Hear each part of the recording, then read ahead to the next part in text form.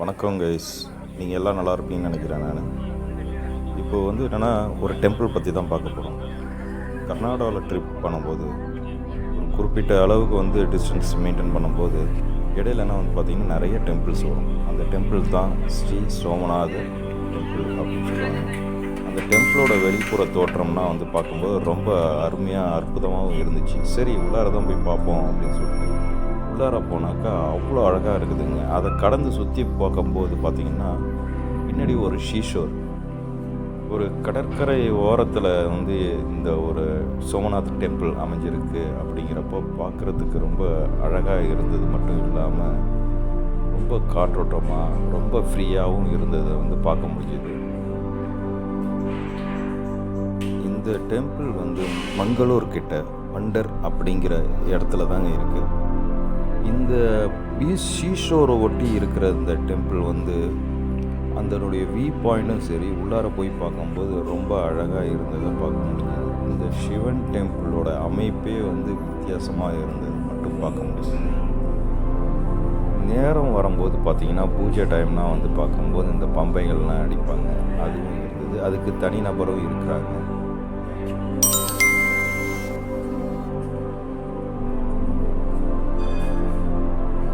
இந்த கோயிலுக்குன்னு ஒரு special admin மேனேஜ்மெண்ட்னா இருக்குங்க.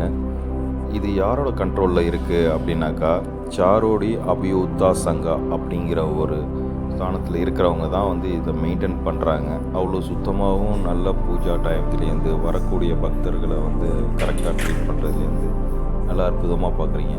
இப்போ நீங்கள் பார்த்துட்ருக்கிற இந்த இடத்துலேருந்து தான் இதுக்கு பின்னாடி பெரிய பீச் இருக்குது.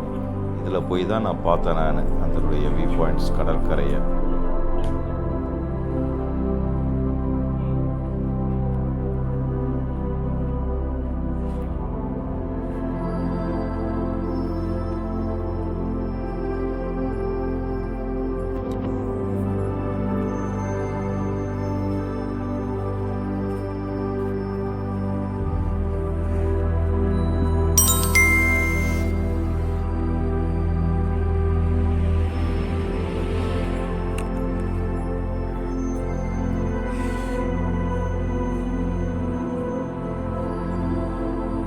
இந்த பீச் தான் பார்த்திங்கன்னா உலால் அப்படின்னு சொல்லுவாங்க. உலால், அந்த ஏரியா பேர் உலால் பீச் அப்படின்னு சொல்லுவாங்க.